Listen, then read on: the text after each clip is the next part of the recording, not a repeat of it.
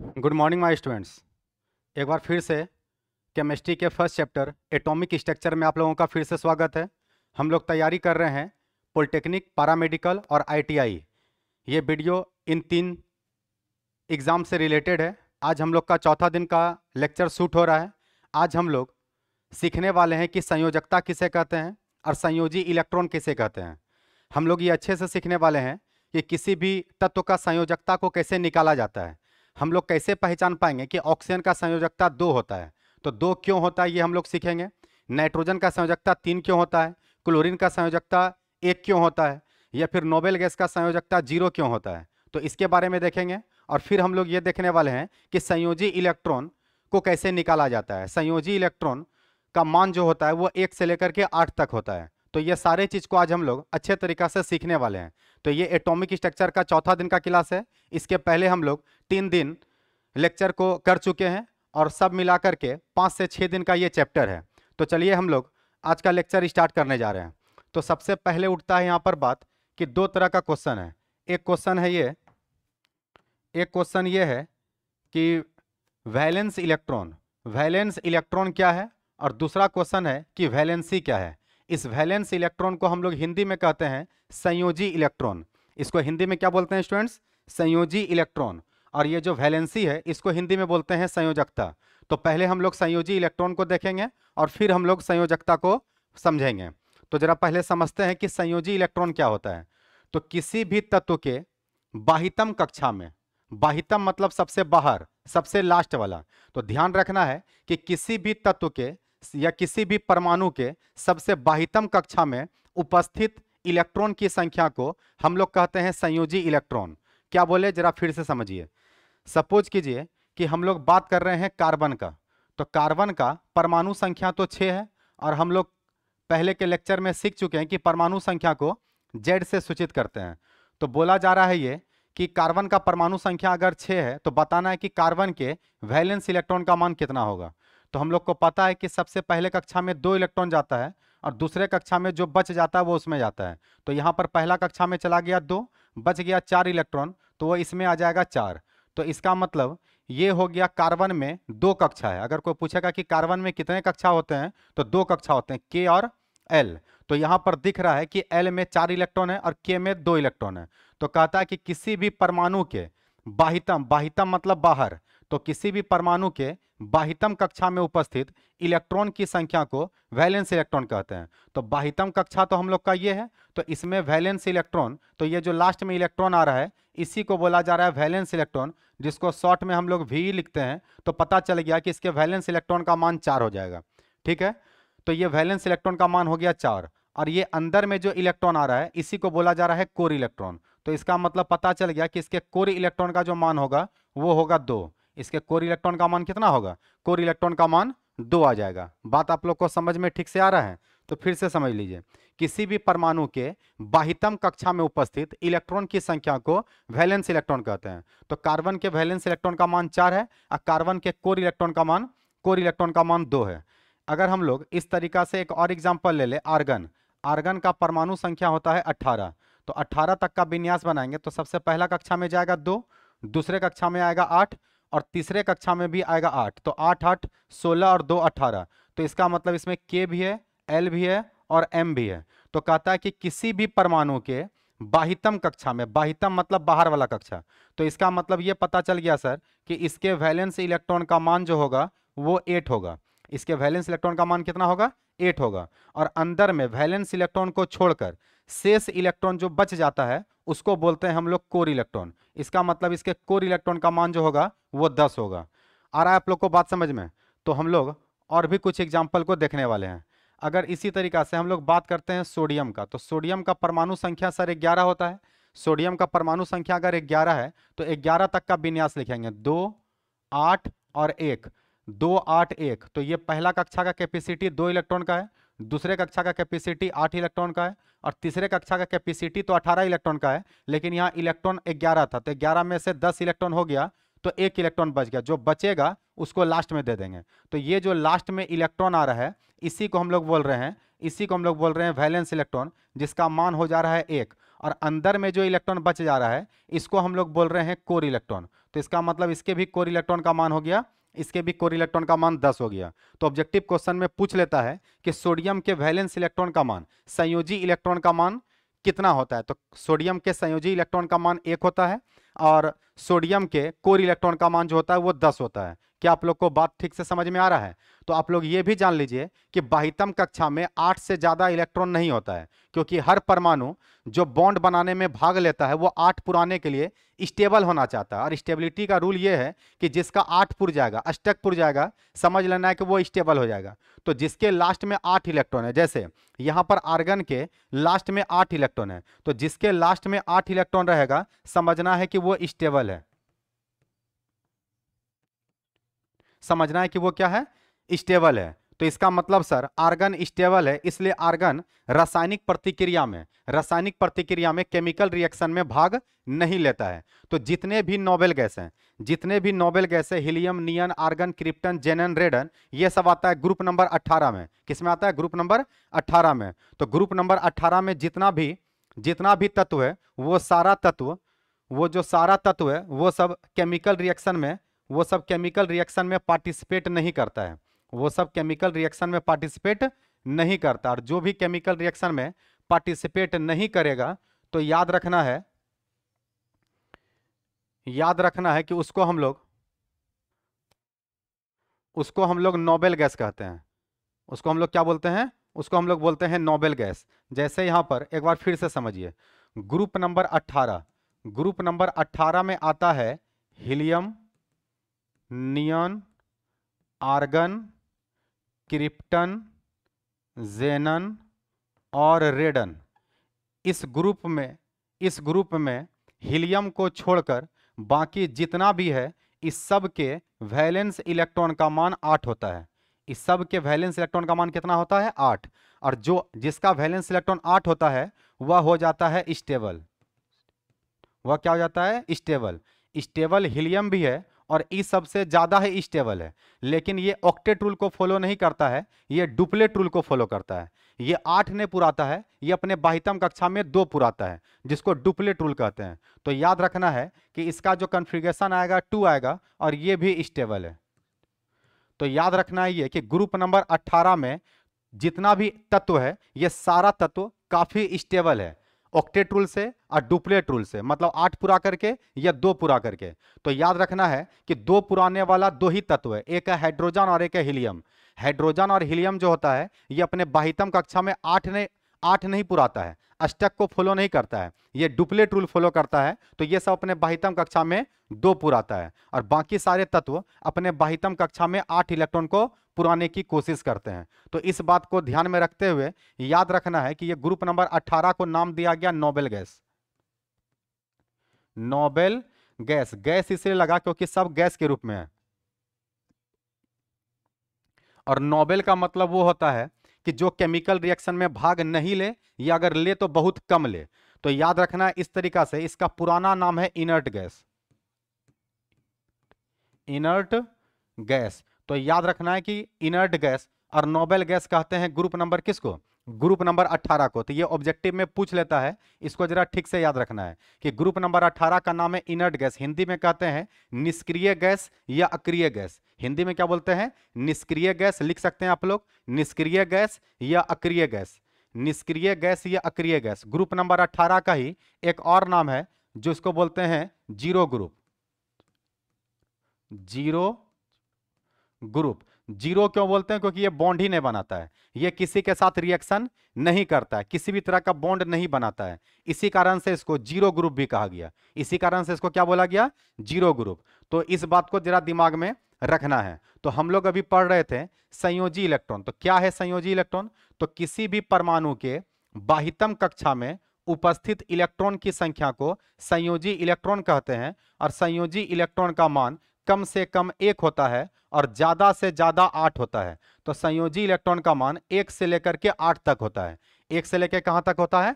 8 तक होता है। तो आप लोग क्वेश्चन लिख लीजिए, संयोजी इलेक्ट्रॉन इंग्लिश लिख लीजिएगा ब्रैकेट में, वैलेंस इलेक्ट्रॉन। Valence electron. तो क्वेश्चन लिखना है कि संयोजी इलेक्ट्रॉन क्या है? संयोजी इलेक्ट्रॉन क्या है? लिखाया क्वेश्चन, संयोजी इलेक्ट्रॉन क्या है? और लिखिए आंसर में, आंसर में लिखिए,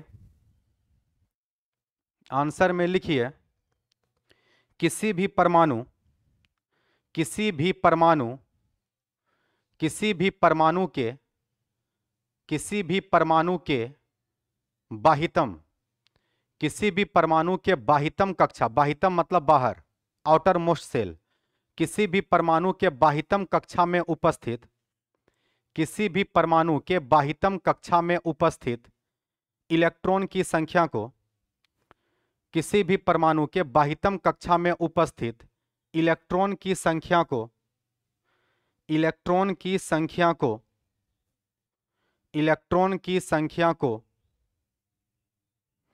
संयोजी इलेक्ट्रॉन कहते हैं। किसी भी परमाणु के बाहितम कक्षा में उपस्थित इलेक्ट्रॉन की संख्या को संयोजी इलेक्ट्रॉन कहते हैं। इसे इसे V.E इसे V.E से सूचित किया जाता है, इसे V.E से सूचित किया जाता है। कैपिटल में लिख देना है V.E, इसे V.E से सूचित किया जाता है। पैराग्राफ चेंज करके लिखिए, इसका मान 1 से लेकर 8 तक होता है, इसका मान 1 से लेकर 8 तक होता है, इसका मान 1 से लेकर 8 तक होता है, इसका मान 1 से लेकर 8 तक होता है। लिखा गया? तो वैलेंस इलेक्ट्रॉन का मान कम से कम 1 होगा और अधिक से अधिक 8 होगा। अधिक से अधिक कितना होगा? 8 होगा। तो यहां पर एग्जाम्पल कुछ लिखा हुआ है। कार्बन के वैलेंस इलेक्ट्रॉन का मान 4 है, आर्गन के वैलेंस इलेक्ट्रॉन का मान 8 है, सोडियम के वैलेंस इलेक्ट्रॉन का मान 1 है। तो इसी तरीका से इसको उतार लीजिए एग्जाम्पल में और आप लोग बना के दिखाइए एल्यूमिनियम का, जिसका परमाणु संख्या है 13। उसके बाद बना के दिखाइए पोटासियम का, जिसका परमाणु संख्या है 19। और फिर बना के दिखाइए कैल्शियम का, जिसका परमाणु संख्या है 20। तो इसको वीडियो को रोकिए और रोक कर करके इसको उतारिए और उसके बाद ये तीनों को भी बनाइए, उसके बाद आंसर आप लोग मिलाइएगा। तो वीडियो को रोक करके ये स्क्रीनशॉट ले लीजिए और अगर आपको ठीक से समझ में आ रहा है तो वीडियो को लाइक भी करते जाएं।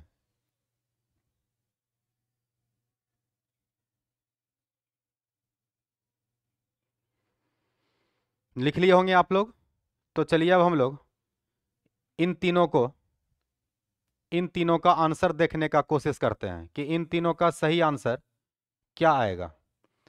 पहला क्वेश्चन आप लोग को बनाने हम दिए थे एल्यूमिनियम। हम लोग को जानना है कि एल्यूमिनियम का वैलेंस इलेक्ट्रॉन का मान सर कितना होगा। तो सबसे फर्स्ट नंबर में है एल्यूमिनियम, जिसका परमाणु संख्या है 13। ये दिया नहीं रहेगा, आपको इसको याद करना पड़ेगा, कम से कम 20 तक का, 20 तक का याद करना होगा। तो पहले कक्षा में सर चला जाएगा 2, दूसरे में चला जाएगा 8 और तीसरे में चला जाएगा 3। तो ये हो गया K, ये L और ये M। तो अच्छे से दिख रहा है सर कि इसके अंतिम कक्षा में 3 इलेक्ट्रॉन उपस्थित है। तो पता चल गया सर कि एल्युमिनियम के वैलेंस इलेक्ट्रॉन का मान तो 3 होगा। और अगर बात करते हैं कोर इलेक्ट्रॉन, तो कोर इलेक्ट्रॉन क्या है? संयोजी इलेक्ट्रॉन को छोड़कर अंदर बचे सारे इलेक्ट्रॉन का जो जोड़ है उसको हम लोग कहते हैं कोर इलेक्ट्रॉन। तो इसका मतलब सर इसके कोर इलेक्ट्रॉन का मान हो गया, कोर इलेक्ट्रॉन का मान हो गया 10। तो आप लोग को कुछ दिन पहले हम बताए थे कि परमाणु संख्या को हम लोग Z से सूचित करते हैं। तो इसका मतलब एक फॉर्मूला यहाँ पे बनते हुए दिख रहा है कि Z बराबर हो जाएगा valence electron plus core electron, valence electron plus core electron. इसका मतलब ये हो गया कि अगर हमको वैलेंस इलेक्ट्रॉन कोर इलेक्ट्रॉन पता है तो दोनों को जोड़ देंगे तो परमाणु संख्या निकल जाएगा। या फिर अगर वैलेंस इलेक्ट्रॉन का मान निकालना है तो कोर इलेक्ट्रॉन और ये दिया रहेगा परमाणु संख्या, तो दोनों में अगर परमाणु संख्या में कोर इलेक्ट्रॉन को घटा देंगे तो वहां से भी निकल जाएगा वैलेंस इलेक्ट्रॉन।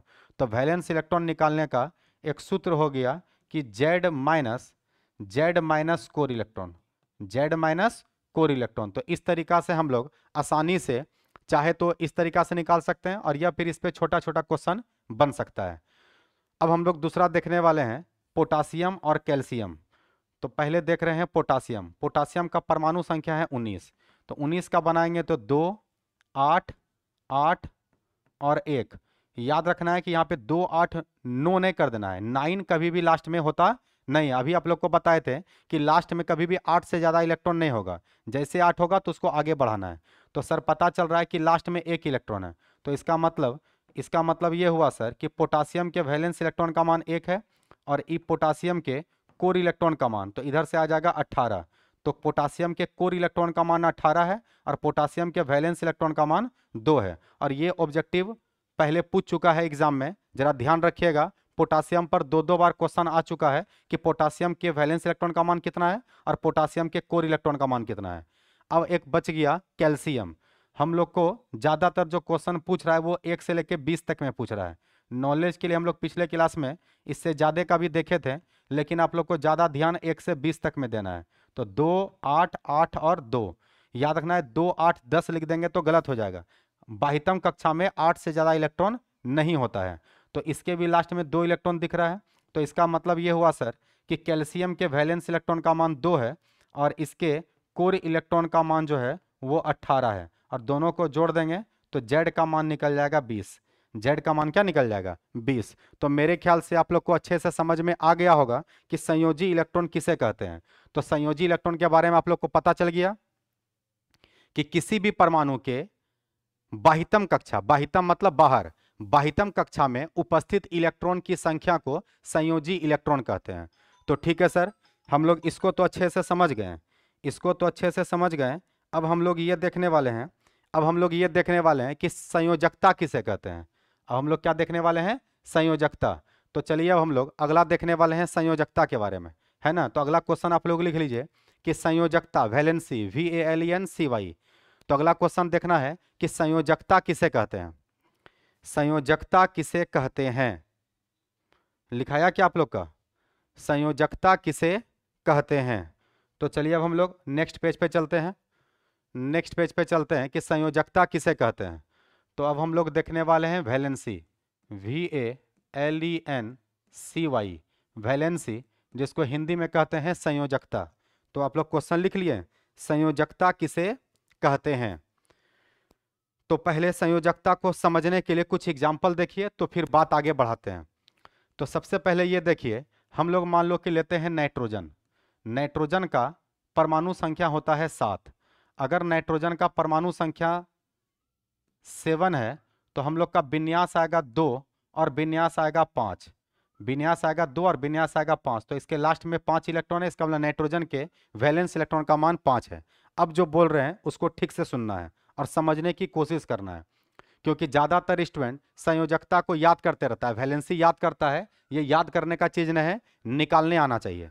ठीक से समझिएगा, कोई भी परमाणु स्टेबल होने के लिए इलेक्ट्रॉन का लॉस, गेन या शेयरिंग करता है। 3 चीज कर पाता है। क्या क्या हम बोले कि कोई भी परमाणु स्टेबल होने के लिए चाहे तो वो इलेक्ट्रॉन का लॉस करेगा, चाहे तो वो इलेक्ट्रॉन का गेन करेगा, और चाहे तो वो इलेक्ट्रॉन का शेयरिंग करेगा। हिंदी में बोलते हैं त्याग, ग्रहण और साझेदारी। तो कोई भी एटम अगर स्टेबल होना चाहता है तो वह इलेक्ट्रॉन का त्याग करेगा, या वह इलेक्ट्रॉन को ग्रहण करेगा, या वह इलेक्ट्रॉन का साझेदारी करेगा। ये 3 चीज कर सकता है। तो कैसे पता करेंगे सर कि कब लॉस करेगा, कब गेन करेगा और कब साझेदारी करेगा? तो लॉस तब करेगा जब उसके वैलेंस इलेक्ट्रॉन का मान 1, 2 या 3 आएगा।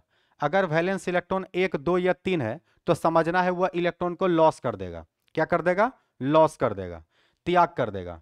अगर वैलेंस इलेक्ट्रॉन का मान 4 है तो 4 वाला इलेक्ट्रॉन का करेगा शेयरिंग। 4 वाला इलेक्ट्रॉन का क्या करेगा? शेयरिंग। और अगर वैलेंस इलेक्ट्रॉन का मान 5 है, 6 है या 7 है तो वह करेगा इलेक्ट्रॉन को गेन। वह क्या करेगा? इलेक्ट्रॉन को गेन। और अगर लास्ट में वैलेंस इलेक्ट्रॉन का मान 8 है तो वह कुछ भी नहीं करेगा, ना लॉस करेगा, ना गेन करेगा, ना शेयरिंग करेगा। क्यों? क्योंकि ये पहले से ही स्टेबल है। ये पहले से ही क्या है? स्टेबल है। स्टेबिलिटी का पहचान है कि उसके लास्ट में 8 इलेक्ट्रॉन रहेगा। तो अगर इलेक्ट्रॉन 8 है लास्ट में वैलेंस इलेक्ट्रॉन, तो समझ जाना है कि वो क्या है? स्टेबल है। और लास्ट 8 उसी के साथ आता है जो कि नोबेल गैस होता है, जो कि कौन सा गैस होता है, नोबेल गैस।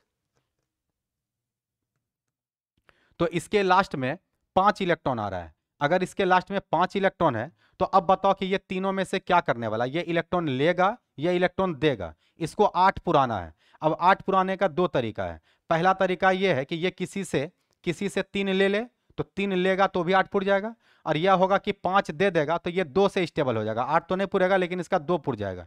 तो हम लोग जानते हैं कि केवल 2 ही तत्व पुराता है, हाइड्रोजन और हीलियम। केवल हाइड्रोजन और केवल हीलियम ही 2 ऐसा तत्व है जो कि 2 इलेक्ट्रॉन को पुराता है और स्टेबल हो जाता है। और क्या हो जाता है, स्टेबल हो जाता है। लेकिन बाकी सब तत्व अपने बाह्यतम कक्षा में 8 पुराता है, तो इसको 8 पुराना है। तो ये 3 इलेक्ट्रॉन को लेगा, और 3 लेने के कंडीशन में जो इलेक्ट्रॉन 3 लेगा तो ये 3 इलेक्ट्रॉन लेगा, इसलिए इसके वैलेंसी का मान हो जाता है 3। तो नाइट्रोजन का अगर वैलेंसी पूछा जाएगा तो आंसर बताना है 3। और ये 3 लाया कैसे, तो ये 3 इलेक्ट्रॉन गेन किया है, कोई दूसरे परमाणु से ये 3 इलेक्ट्रॉन क्या किया है, गेन किया है। तो जब ये 3 इलेक्ट्रॉन गेन करेगा तो इसलिए नाइट्रोजन का वैलेंसी 3 हो जाता है। फिर से समझिए, दूसरा एग्जाम्पल ले रहे हैं मैग्नीशियम। मैग्नीशियम का परमाणु संख्या होता है 12। मैग्नीशियम का परमाणु संख्या होता है 12। तो 12 का विन्यास बनाएंगे तो आएगा 2, 8 और 2। तो ये K, ये L और ये M। तो इसके लास्ट में हम लोग को दिख रहा है कि इसके लास्ट में टोटल, इसके लास्ट में 2 इलेक्ट्रॉन है। तो 2 इलेक्ट्रॉन है तो इसको क्या आसान पड़ेगा, 6 लेना या 2 दे देना। तो आसान है इसको 2 दे देना। इसका मतलब जिसके लास्ट में 2 इलेक्ट्रॉन आएगा वह इलेक्ट्रॉन का लॉस करेगा, वह इलेक्ट्रॉन का क्या करेगा, लॉस करेगा। और जब इलेक्ट्रॉन को लॉस करेगा तो इसका मतलब पता चल गया सर कि मैग्नीशियम इलेक्ट्रॉन को लॉस करने वाला है। तो कितने इलेक्ट्रॉन का लॉस करेगा, तो ये 2 इलेक्ट्रॉन को लॉस करेगा। 2 अगर दूसरे को दे देगा तो इसका 8 कंप्लीट हो जाएगा। तो अगर ये 2 दूसरे को देगा तो बोलेंगे इसका वैलेंसी, तो बोलेंगे इसके वैलेंसी का मान हो जाएगा 2। बोलेंगे इसके वैलेंसी का मान कितना हो जाएगा, 2। तो आप लोग को बात समझ में आ रहा है। तो वैलेंसी याद रखना है कि वैलेंसी क्या होता है, तो वैलेंसी बताता है कि कोई भी परमाणु कितने इलेक्ट्रॉन को ग्रहण करेगा, या कितने इलेक्ट्रॉन का त्याग करेगा, या कितने इलेक्ट्रॉन का साझेदारी करेगा। तो किसी भी परमाणु के लॉस, गेन या शेयरिंग, त्याग, ग्रहण या साझेदारी की क्षमता को जो बताता है उसी को हम लोग कहते हैं संयोजकता। उसी को हम लोग क्या बोल देते हैं, संयोजकता। तो इसलिए मैग्नीशियम के संयोजकता का मान हो जाएगा 2। मैग्नीशियम के संयोजकता का मान कितना हो जाएगा, 2, क्योंकि ये 2 इलेक्ट्रॉन देगा। जो जितना ले या जो जितना दे वही उसका कहलाता है संयोजकता। जैसे सर सिलिकॉन का परमाणु संख्या है 14। तो अगर 14 है तो ये निकलेगा 2, 8 और 4। तो इसके लास्ट में 4 इलेक्ट्रॉन आ रहा है। तो 4 वाला ना तो 4 देता है और ना तो 4 लेता है। तो इसका मतलब 4 वाला करेगा शेयरिंग। 4 वाला क्या करेगा, शेयरिंग। तो सिलिकॉन करेगा साझेदारी। और अगर सिलिकॉन साझेदारी करेगा तो याद रखना है कि इसका 4 इलेक्ट्रॉन का साझेदारी करेगा, क्योंकि 8 तो इसको ही पुराना है। तो ये कितने इलेक्ट्रॉन का साझेदारी करेगा, 4 का करेगा। इसलिए बोलेंगे इसका वैलेंसी, तो इसके वैलेंसी का मान हो जाएगा 4। इसके वैलेंसी का मान कितना हो जाएगा, 4। तो एक बार, ये तो सारा एग्जाम्पल है। अब इसको एक बार फिर अच्छे तरीका से समझिए जरा। हम लोग पहले पढ़े वैलेंस इलेक्ट्रॉन, और दूसरा नंबर पे पढ़ने जा रहे हैं वैलेंसी। वैलेंस इलेक्ट्रॉन का मान 1 हो सकता है, 2 हो सकता है, 3 हो सकता है, 4 हो सकता है, 5 हो सकता है, 6 हो सकता है, 7 हो सकता है और 8 हो सकता है। तो वैलेंस इलेक्ट्रॉन का मान 1 से लेकर 8 तक हो सकता है। तो अगर वैलेंस इलेक्ट्रॉन का मान 1, 2, 3 है तो वह इलेक्ट्रॉन का लॉस करेगा। वह इलेक्ट्रॉन क्या करेगा, लॉस। तो लॉस ऑफ इलेक्ट्रॉन, तो यह इलेक्ट्रॉन का त्याग करेगा। तो इलेक्ट्रॉन का करेगा त्याग। अगर वैलेंस इलेक्ट्रॉन का मान 4 है तो वह करेगा शेयरिंग, SHARING, वह करेगा शेयरिंग। और अगर वैलेंस इलेक्ट्रॉन का मान 5, 6 और 7 है तो वह करेगा इलेक्ट्रॉन को गेन। क्या करेगा, गेन। तो गेन ऑफ इलेक्ट्रॉन, इलेक्ट्रॉन का गेन करेगा मतलब इलेक्ट्रॉन को ग्रहण करेगा, है ना। और जिसके लास्ट में 8 इलेक्ट्रॉन है वह हो जाएगा स्टेबल। वह क्या हो जाएगा, स्टेबल। और अगर स्टेबल हो गया तो ई हो जाएगा ग्रुप नंबर 18 का। और ग्रुप नंबर 18 को ही हम लोग बोलते हैं नोबेल गैस। क्या बोलते हैं, नोबेल गैस, या बोलते हैं इनर्ट गैस। इनर्ट गैस, तो इसको हम लोग बोलते हैं नोबेल गैस, या इसको हम लोग बोलते हैं इनर्ट गैस। आ रहा आप लोग को बात समझ में। तो इस तरीका से हम लोग अब हम लोग को जानना है कि सर इसका तब वैलेंसी क्या होगा। तो अगर 1 2 3 है तो एक वाला क्या करेगा, तो एक वाला तो सर लॉस करेगा, वैलेंसी को भी से सूचित करेंगे और वैलेंस इलेक्ट्रॉन को भी ई से, तो ये एक इलेक्ट्रॉन को लॉस करेगा। तो अगर किसी का वैलेंस इलेक्ट्रॉन एक है तो उसका वैलेंसी भी एक होगा, उसका वैलेंसी भी कितना होगा, एक होगा।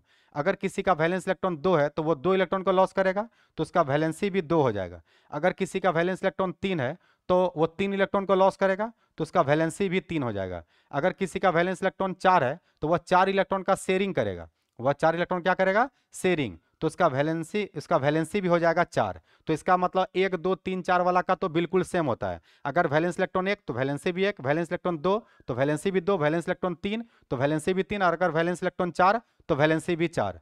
लेकिन दिक्कत इसके बाद है, दिक्कत इसके बाद है कि पांच आएगा तो क्या होगा, तो पांच आएगा तो ये लॉस नहीं करेगा, ये लेगा। तो ये कितना इलेक्ट्रॉन लेगा, तो ये तीन इलेक्ट्रॉन लेगा। कितना इलेक्ट्रॉन लेगा, तीन इलेक्ट्रॉन लेगा। तो जरा ठीक से समझना, इसका मतलब सर आप ये बोलना चाह रहे हैं कि ये तीन इलेक्ट्रॉन इसको देगा।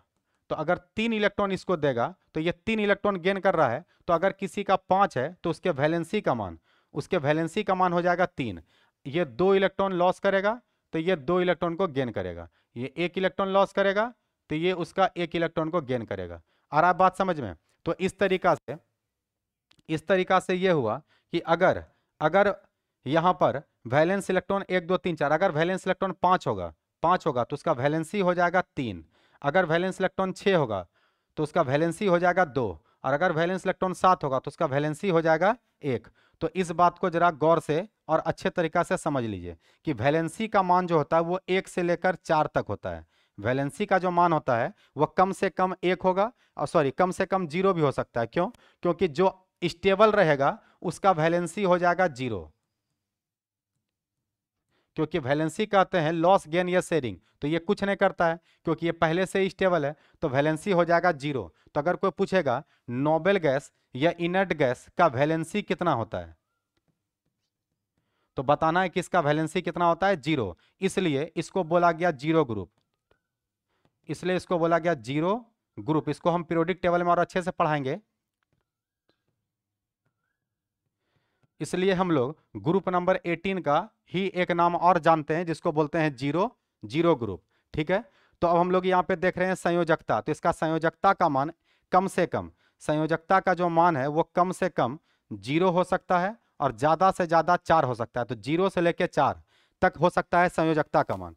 तो ये हो गया किसके बारे में, संयोजकता के बारे में। तो अभी हम लोग काफी एग्जाम्पल को देखेंगे। सबसे पहले क्वेश्चन लिखिए संयोजकता किसे कहते हैं, और आंसर में लिखिए संयोजकता किसे कहते हैं, और आंसर में लिखिए किसी भी परमाणु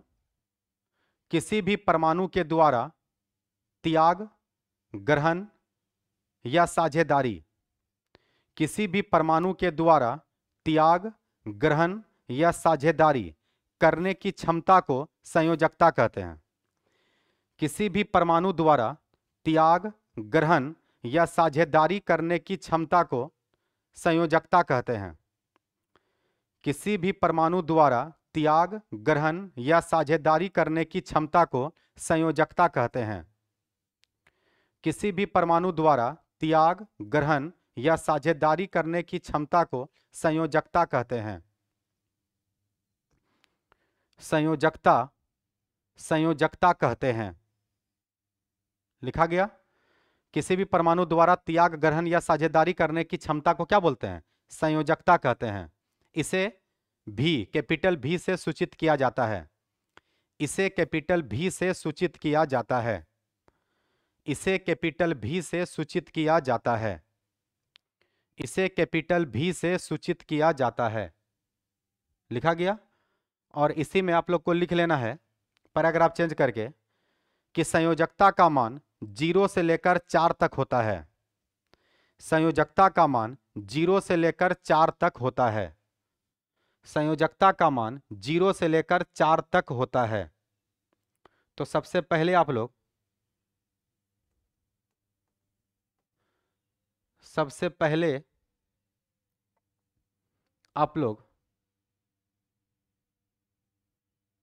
इसको एग्जाम्पल में उतारिए। सबसे पहले आप लोग इसको एग्जाम्पल में उतारिए।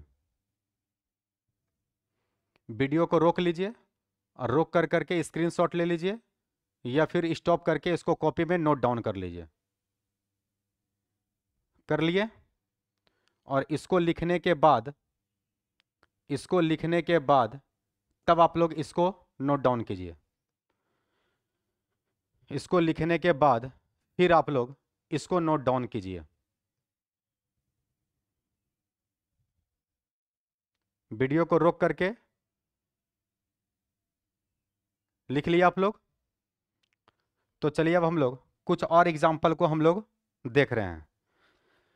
तो अब जो एग्जाम में पूछा हुआ क्वेश्चन है, अब उस सब को एग्जाम्पल में ले रहे हैं। क्वेश्चन पूछा था कि सल्फर का वैलेंस इलेक्ट्रॉन तथा वैलेंसी क्रमशः कितना होता है। वहां पर 4 ऑप्शन दिया हुआ था।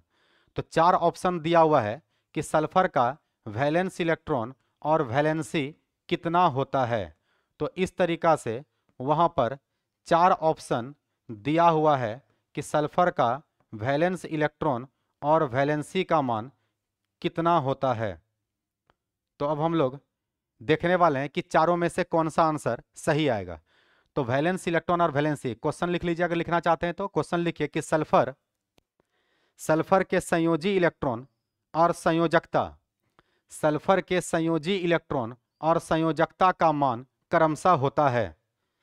सल्फर के संयोजी इलेक्ट्रॉन और संयोजकता का मान क्रमशः होता है। यहां पर 4 ऑप्शन दिया हुआ है। इस 4 ऑप्शन को लिखिए और इसका सही आंसर देखिए कि क्या आता है। तो सल्फर का परमाणु संख्या 16 है। इसको तो आपको याद करना होगा। अगर याद नहीं कीजिएगा तो दूसरा कोई उपाय नहीं है।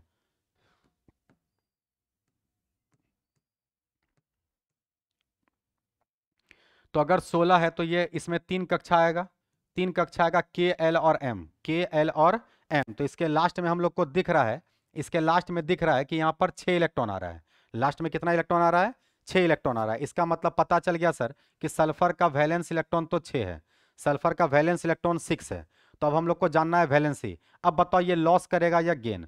तो सर इसके पास 6 इलेक्ट्रॉन है, ये देगा नहीं बल्कि लेगा। तो ये लेगा तो लेने को कहते हैं गेन करना। गेन मतलब ग्रहण करना। तो ये कई इलेक्ट्रॉन लेगा? तो ये 2 इलेक्ट्रॉन लेगा क्योंकि 8 पुराना है। कितना पुराना है? 8। 8 ही क्यों पुराना है? क्योंकि 8 होने पर स्टेबल हो जाता है। तो स्टेबल हो जाता है तो इसका मतलब ऑक्टेट रूल से ये 2 इलेक्ट्रॉन लेगा। तो पता चल गया कि सल्फर का वैलेंसी हो जाएगा 2। तो आंसर हो गया 6 और 2। तो आंसर हो जाएगा बी नंबर। इसका सही आंसर क्या हो जाएगा? इसका सही आंसर आ जाएगा बी नंबर। क्या आप लोग को समझ में आ रहा है? अगर आ रहा है तो अपने फ्रेंड के साथ वीडियो को शेयर करें, चैनल को सब्सक्राइब करें। चलिए आगे अब लोग अगला देखने वाले हैं एक एग्जाम्पल और। एल्यूमिनियम। एल्यूमिनियम का परमाणु संख्या 13 होता है। तो अगर एल्यूमिनियम का परमाणु संख्या 13 है तो हमको जानना है सर कि इसका वैलेंस इलेक्ट्रॉन और कोर इलेक्ट्रॉन का मान कितना होगा। तो इसका वैलेंस इलेक्ट्रॉन का मान हो गया के, एल और एम। तो सबसे लास्ट में यहाँ पर 3 आ रहा है। तो पता चल गया सर कि इसके वैलेंस इलेक्ट्रॉन का मान तो 3 होगा। और अगर आप कोर इलेक्ट्रॉन पूछते हैं तो कोर इलेक्ट्रॉन में इसको छोड़ दिया जाता है तो अंदर बच गया 10। और अगर आप इसका वैलेंसी पूछते हैं, तो इसका मतलब सर ये हो गया कि इसके लास्ट में 3 इलेक्ट्रॉन है। और 3 वाला तो इलेक्ट्रॉन देता है, लॉस करता है। तो ये सर करेगा इलेक्ट्रॉन का लॉस। क्या करेगा? लॉस। और कितने इलेक्ट्रॉन को देगा? 3 इलेक्ट्रॉन को देगा। तो इसका मतलब सर इसका वैलेंसी भी 3 हो जाएगा। इसका मतलब इसका वैलेंस इलेक्ट्रॉन भी 3 है और इसका वैलेंसी भी 3 है। इसका वैलेंस इलेक्ट्रॉन भी 3 है और इसका वैलेंसी भी क्या है? इसका वैलेंसी भी 3 है। क्या आप लोग को बात ठीक से समझ में आया कि नहीं आया? ठीक से देखिए जरा। तो मेरे ख्याल से आप लोग को बात ठीक से समझ में आ गया होगा। तो काफी क्वेश्चन 2 जगह से पूछ रहा है, वैलेंस इलेक्ट्रॉन से और वैलेंसी से। अच्छा, इसी क्वेश्चन को बनाने का एक तरीका और भी हो सकता था। क्या हो सकता था? आप लोग को हम ये याद करने बोले थे, क्या आप लोग याद कर लिए? 1s2, 2s2, 2p6, 3s2, 3p6, 4s2 और 3d10। यहां तक को बिल्कुल अच्छे से याद करना है। इसको क्या कहते हैं? इसको कहते हैं इलेक्ट्रॉनिक विन्यास, इलेक्ट्रॉनिक कॉन्फ़िगरेशन। इसको शॉर्ट में लिखते हैं इसी, और इसी का फुल फॉर्म है इलेक्ट्रॉनिक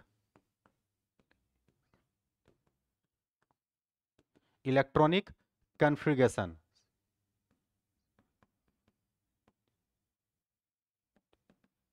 इलेक्ट्रॉनिक कॉन्फ़िगरेशन, जिसको आप लोग हिंदी में लिख सकते हैं इलेक्ट्रॉनिक विन्यास। हिंदी में क्या लिख सकते हैं? इलेक्ट्रॉनिक विन्यास। तो हम लोग जानते हैं कि इसकी मदद से हम लोग कैसे वैलेंस इलेक्ट्रॉन और वैलेंसी को निकालेंगे। जैसे एक क्वेश्चन हम लोग देख रहे हैं यहाँ पर एक क्वेश्चन ले रहे हैं क्लोरीन। क्लोरीन का परमाणु संख्या होता है 17। हमको जानना है सर कि क्लोरीन का वैलेंस इलेक्ट्रॉन कितना होगा और वैलेंसी कितना होगा, लेकिन अब इस तरीका से क्वेश्चन को डील करेंगे। तो सबसे पहले है 1s2, टोटल 17 तक का बनाना है, तो हम लोग लिखेंगे यहाँ पे 1s2। उसके बाद आएगा 2s2, फिर आएगा 2p6, फिर आएगा 3s2, फिर आएगा 3p। तो इसको ऊपर का जोड़ो, यहाँ हो गया 10 और 2 12, तो 12 हो चुका, तो बच गया 5। 17 पुराना है ना, तो हम लोग इसमें बच गया 5, तो इसके लास्ट में आ जाएगा 5 इलेक्ट्रॉन। तो सर ये 1 है, 1 को ही के कहते हैं। ये भी 2 और ये भी 2, देखो यहाँ पे ठीक से ध्यान दो, यहाँ पर दोनों में 2 है, तो जब ई 2 रहेगा तो इसको एल लिखेंगे। ये 3 और ये भी 3, तो दोनों तीसरे कक्षा के, तो इसको एम लिखेंगे। तो यही के बन गया 2, ये बन गया यहाँ से 8 और ये बन गया यहाँ पर से 7। तो पता चल गया सर कि इसके वैलेंस इलेक्ट्रॉन का मान 7 होगा। कुछ विद्यार्थी गलती कर लेता है, इस तरीका से बनाता है और उसको लास्ट में 5 दिखता है तो वो 5 लिख लेता है। याद रखना, अगर कक्षा समान है तो इलेक्ट्रॉन जुड़ जाता है। कक्षा समान रहेगा तो इलेक्ट्रॉन क्या हो जाएगा? जुड़ जाएगा। तो 5 यहाँ का और 2 यहाँ का, तो मिला के हो गया 7। और अंदर में कितना बच गया सर? तो अंदर में बच गया 10। तो अगर हमसे इसका कोर इलेक्ट्रॉन पूछता तो हम लोग बता देते कि इसके कोर इलेक्ट्रॉन का मान, इसके कोर इलेक्ट्रॉन का मान जो है वो हो जाएगा 10। इसके कोर इलेक्ट्रॉन का मान कितना हो जाएगा? 10। और अगर हमसे पूछता कि इसका वैलेंसी कितना होगा, तो अगर हमसे इसका वैलेंसी पूछा जाता तो इसका वैलेंसी, इसके लास्ट में 7 इलेक्ट्रॉन है, अगर 7 है तो ये इलेक्ट्रॉन लेगा कि देगा? लेगा। तो ये करेगा इलेक्ट्रॉन को गेन, और कितने इलेक्ट्रॉन का गेन करेगा? 1। तो इसका मतलब सर इसका वैलेंसी हो जाएगा 1। इसका वैलेंसी कितना हो जाएगा? 1। तो वैसे valence electron, valency, core electron निकालने का वही तरीका ज़्यादा अच्छा है, लेकिन इस तरीका का यूज दूसरे तरीका से क्वेश्चन पूछ लेगा। क्वेश्चन पूछेगा कि क्लोरीन का अंतिम इलेक्ट्रॉन किस में प्रवेश करता है, तो क्लोरीन का अंतिम इलेक्ट्रॉन प्रवेश करता है पी में। किस में प्रवेश करता है? पी में। तो अगर पूछता कि क्वेश्चन में कि क्लोरीन का अंतिम इलेक्ट्रॉन किस में जाता है, last electron, LAST, last electron, तो लास्ट इलेक्ट्रॉन किस में जा रहा है? तो लास्ट इलेक्ट्रॉन जा रहा है पी में। लास्ट इलेक्ट्रॉन किस में जा रहा है? पी सब सेल में।